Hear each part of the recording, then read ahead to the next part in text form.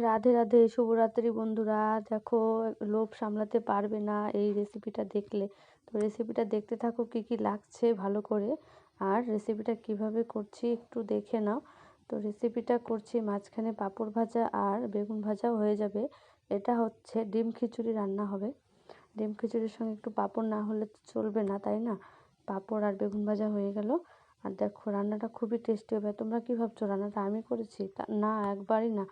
রান্না আমি একদম করতে পারি না। রান্না মা করেছে আর ক্যামেরাম্যান আমি। তো ক্যামেরা করছিলাম রান্নাটা আর ভয়েস ওভার দিচ্ছি। তো দেখো বন্ধুরা, রান্নাটা ভালোভাবে হয়ে গেছে।